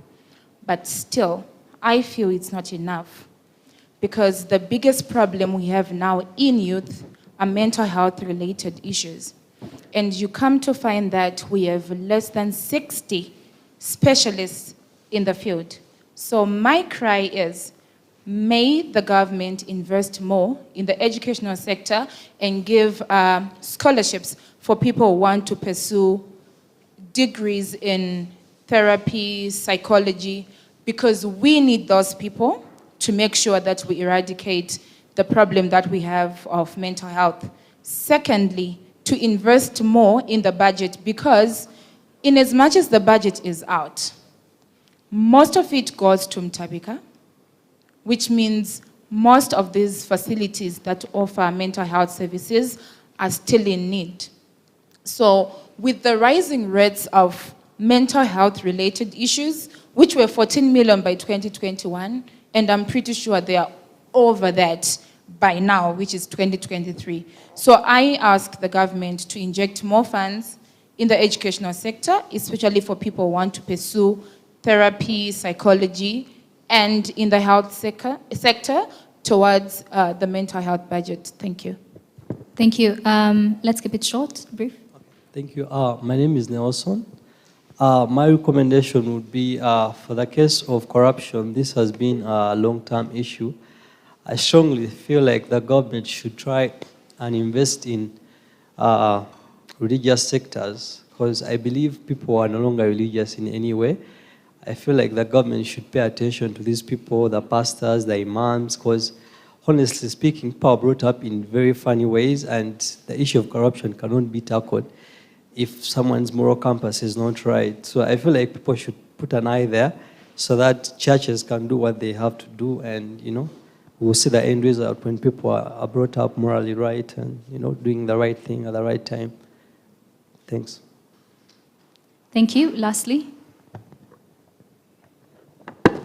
Okay, thank you. Okay, my recommendations are as follows. One, the budget allocations should be done basing on the bottom ground approach. That is, when the government is making certain budget allocation for a certain locality, they should first reach on the ground and see how the scenarios are. For instance, if I'm from Rubirizi in the PDM program, and this person is from Mombare, they have some problem. He's telling you that they don't have banks operating, they have to travel far away. So the budget allocation given to Rubirizi district should not be equal to the same person who is in from a certain vulnerable society or a community, isn't it? So they should consider the bottom-up approach when they are allocating budget to specific districts. Then secondly, there has to be a reduction on the privileges that are given to civil servant.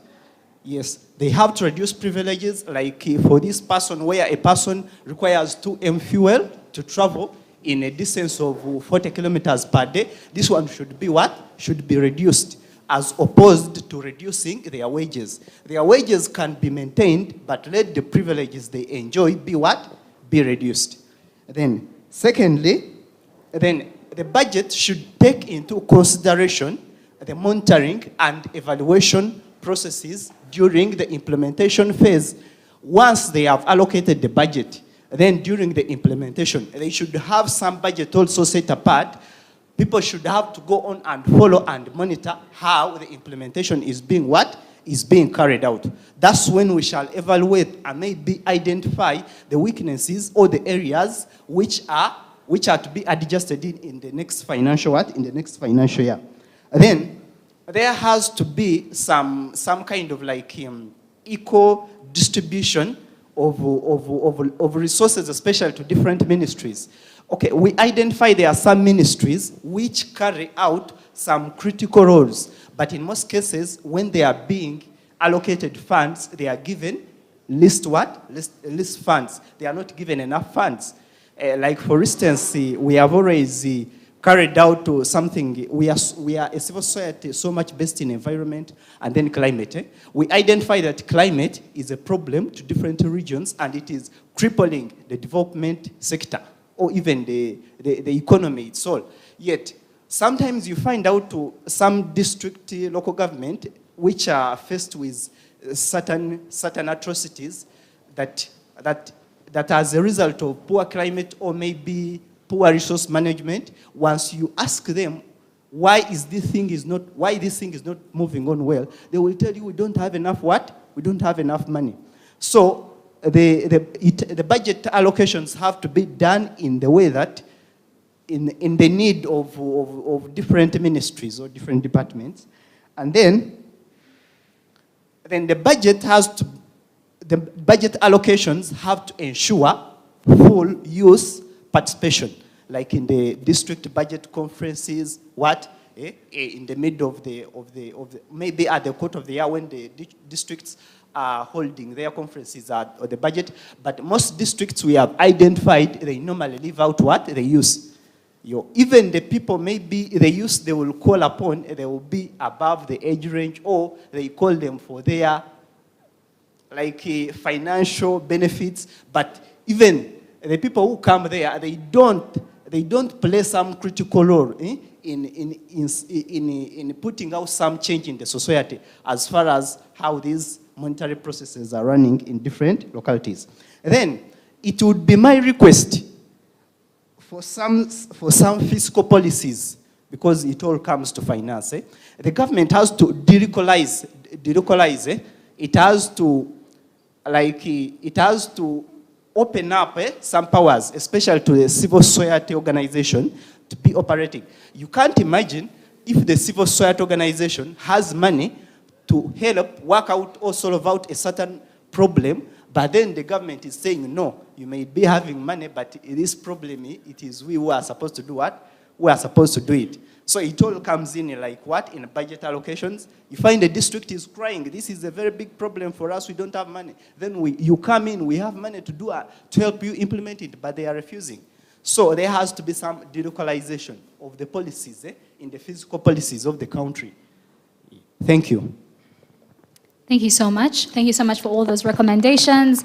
They've been very, very insightful. I think one thing that stood out is making sure that there's a lot of skilling, like most people have mentioned, but also making sure that there is a lot of monitoring and evaluation of where this money is going and how it's being used, and also that would help inform the bigger audience during the next financial year 24-25. But also one of the things that he mentioned on skilling is can we also make sure that there's centers, not just in Kampala, but also across the region? I think one of the things that stands out for me personally is, should we make sure that we prioritize ICT? I'm very passionate about the digital space because we can have this dialogue online. We can also make sure that these individuals who are supposed to be moving from place to place are online. If we invest in that specific area, then we have less movements and maybe bigger deliberations, but also, most importantly, are we able to ensure that there is job and career guidance services provided by the government or during this allocation of the budget? Is there a way to ensure, not just in high school where things are changing a bit and children are being put into these co-curricular activities a lot more than they were previously, but is there a way to guide these children into choosing the right path? Because while they are coming to a world where people are encouraging, oh, be a doctor, which are not bad things, but you see what's happening with the riots and young people not being satisfied with where they are, so they decide to go abroad, which is not good for our country. So thank you so much for all those recommendations, and thank you so much for attending this conversation. A huge round of applause for our moderator, Bella. Thank you so much. I think those were very, very insightful recommendations. Personally, I am also a huge fan of the law, and I feel for as long as we don't strengthen our laws, the budget might continue all at once, or it might grow as much as we all want it, but like Jacob mentioned, we really have to make stringent laws and policies to make sure that those that are caught with their hands in the kitty, that's supposed to make sure we have service delivery, especially for young people, are dealt with a full hand of the law. With that in mind, I have a feeling we might have more service delivery going forward. It has been a very, very insightful conversation. I don't know about the room, but I've learned quite a lot. Special appreciation to our panelists, our speakers, our moderators, and of course to each one of you that has joined the conversation online. These conversations should continue because the budget process continues. How does it continue from now till August? In the meantime, we all keep an eye. Keep an eye for the journalists. Let's follow up on the stories. Have a critical eye, read between the lines. Those numbers can be boring, but we certainly have a job for our audiences to make sure they are informed. Let us all as a citizenry keep a keen eye on how the money is being spent so that come the next budget formulation process, we are all a part of this. It has been an honor from Media Challenge Initiative, together with Twaweza, to bring you the post-budget conversation. Till next time, bye-bye.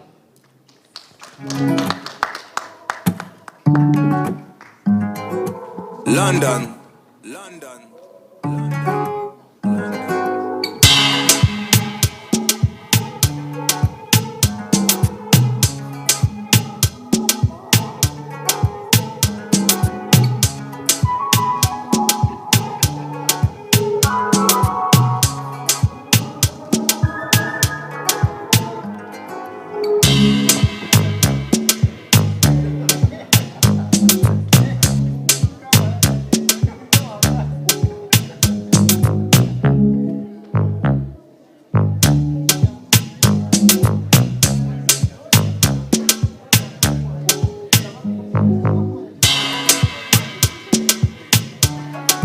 Ladies and gentlemen, we have snacks to my right. Feel free to network over some snacks. You're welcome.